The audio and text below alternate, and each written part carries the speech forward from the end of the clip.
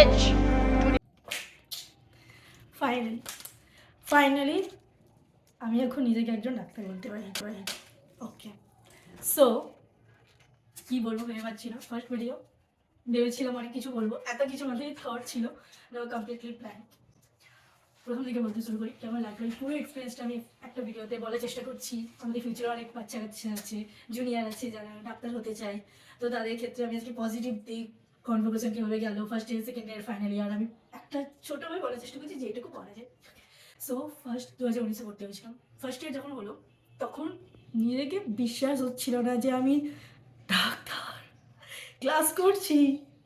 তখন মনে হচ্ছিল, আমি জানি এটা বলতে খুব অ্যাবসার্ট লাগবে, বাট মনে হচ্ছিল যে কেউ তোমাকে ক্লাস থেকে টেনে বার করে দেবে। না না, হয়নি, আবার পরীক্ষা দিয়ে আবার চান্স পেতে হবে, এরকম একটা মাথায় চলছিল। সো ফাইনালি ফার্স্ট ইয়ার হলো। সেকেন্ড ইয়ারে একদম বিভিন্ন দিক থেকে ডিস্ট্র্যাকশনে চটে ভেসে গেছিলাম।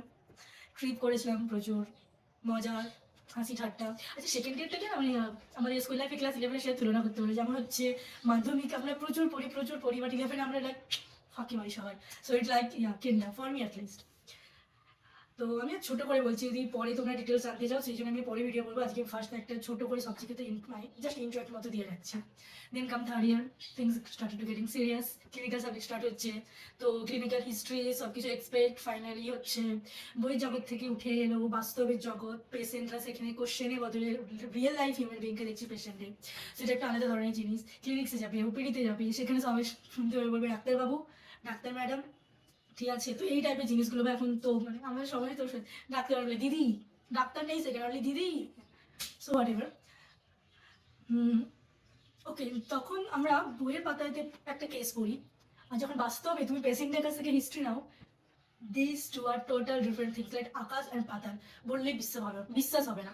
আমি যখন সেকেন্ড ইয়ারে বই পাতে, ফার্স্ট ইয়ারে কোশ্চেন করেছি, থার্ড ইয়ারে যখন ওয়ার্ডে গিয়ে অ্যাকচুয়ালি পেশেন্ট দেখি, তখন টোটাল আলাদা জিনিস। তখন তোমার মানে তুমি যদি কী বলবো না, আমি জানি আমার ক্ষেত্রে এটা একটা বিশাল পরিমাণে অনুঘটকে কাজ করেছে, ঠিক আছে। পড়াশোনাতে আমি এগিয়ে যাওয়ার জন্য এত বেশি ভালো লাগে। তারপরে ফাইনাল ইয়ার যে ফাইনাল ইয়ার আমরা ফার্স্ট থেকে শুনতাম, ফাইনাল ইয়ারে দাদা ইদি ভীষণ পড়াচ্ছে, বিশাল কিছু, অ্যাকচুয়ালি বিশাল কিছু হয়েছে, হিউজ থিং। মানে আমি অন্য কারোর সাথে কম্পেয়ার করতে পারবো না, পারতে চাইও না। ফাইনাল ইয়ারে এতটা ট্রেস থাকবে যেখানে তোমার ব্রেন না ওই ট্রেসটা হ্যান্ডেল করতে পেরে যাবে, এতটা ট্রেস থাকবে ফাইনাল ইয়ারে।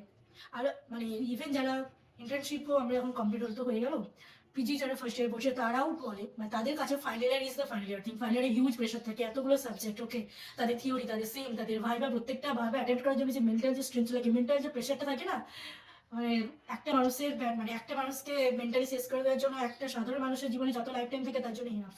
ফাইনাল ইয়ার আমি কিছু বলতে চাই না। নাও ইন্টার্নশিপ, ওকে, ইন্টার্নশিপে প্রচুর ঘটনা আছে, আমি প্রচুর রকমই ভালো খারাপ এক্সপিরিয়েন্স, বিভিন্ন কিছু শিখেছি। সেটা বলতে গেলে তো ইতিহাস লম্বা আলোচনা হয়ে যাবে, 3 ঘন্টা শিরোনা হয়ে যাবে। তো ইন্টার্নশিপে তুমি জানতে পারবে অ্যাকচুয়াল মানুষের জীবন বাঁচানো, ডাক্তার হওয়ার যে ফিলিংসটা এখান থেকে আসে, সেই ফিলিংসটা তুমি ইন্টার্নশিপে ফিল করতে পারবে। আর ইন্টার্নশিপে তুমি ট্রেস হ্যান্ডেল করতে হবে প্রচুর অ্যাকচুয়াল অ্যাথলেটিক সিচুয়েশন বা সাধারণ সিচুয়েশন কীভাবে তুমি মেনটেন করতে পারবে, আর্টের পেশেন্ট কীভাবে ম্যানেজ করতে পারবে, সাধারণ অন্য ম্যানেজ করতে পারবে, বা অ্যাটলিস্ট তোমার আইডিয়া থাকবে। যেমন আমরা ফার্স্ট ইয়ার সেকেন্ড ইয়ার কি যখন আমরা ছিলাম, তখন আমাদের রিলেটিভে জিজ্ঞেস করতো এটার জন্য কী হবে, এটার জন্য ডাক্তারবাবু আমার কানে ব্যথা হচ্ছে আমি কী ওষুধ খাবো, বল না রে আমার হচ্ছে পেটে ব্যথা হচ্ছে আমি কী ওষুধ খাওয়া, জাস্ট লাইক দ্যাট। সেইটা ইন্টার্নশিপে তুমি যখন বেসিক থিংসগুলো জানতে হবে, তোমার মধ্যে একটা বিশাল ধরনের কনফিডেন্স আসবে। ওকে, ইন্টার্নশিপের কাছে প্রচুর আছে, আমি এড়িয়ে যাচ্ছি ব্যাপারটা। দেন এলো কনভোকেশন যখন এলো, এটা মানে আরে ইউজি কনভোকেশন মানে সে বিশাল ব্যাপার। ফার্স্ট কনভোকেশন দিনটা আমি একটু এক্সপ্লেন করতে চাই, কারণ কিছুদিন আগে কনভোকেশন গেল, তো মেমোরিটা একটা লাইফ টাইম মেমোরি। সেই কনভোকেশন সকালবেলা উঠলাম, স্নান করে মেকআপ করতে বসলাম। মেকআপ মানে আমি কিছু না, জাস্ট একটু moisturiser, sunscreen, foundation, lipstick, mascara, blush, এই জাস্ট মিনিমালিস্টিক। বাট ওকে, আমি বাকি স্টোরি মেকআপ করতে বসেছি, হাফ মেকআপ হয়ে গেছে, পুরো মেকআপ এবার দেখছি পুরো মুখ ঘামে ভর্তি, অর্ধেক মেকআপ উঠে পারি গেছে, মুখটা দেখতে মানে হোমলেসের থেকেও বাজে দেখতে না, মানে এতটা বাজে তুমি এক্সপ্লেন করতে পারবো না। ওই 15 মিনিটের মেকআপটা সেদিন আমার 2.5 ঘন্টা লেগেছে, প্লাস শাড়ি পরা, ও গড। তো সব কিছু করে আমরা ভেন্যুতে গেলাম।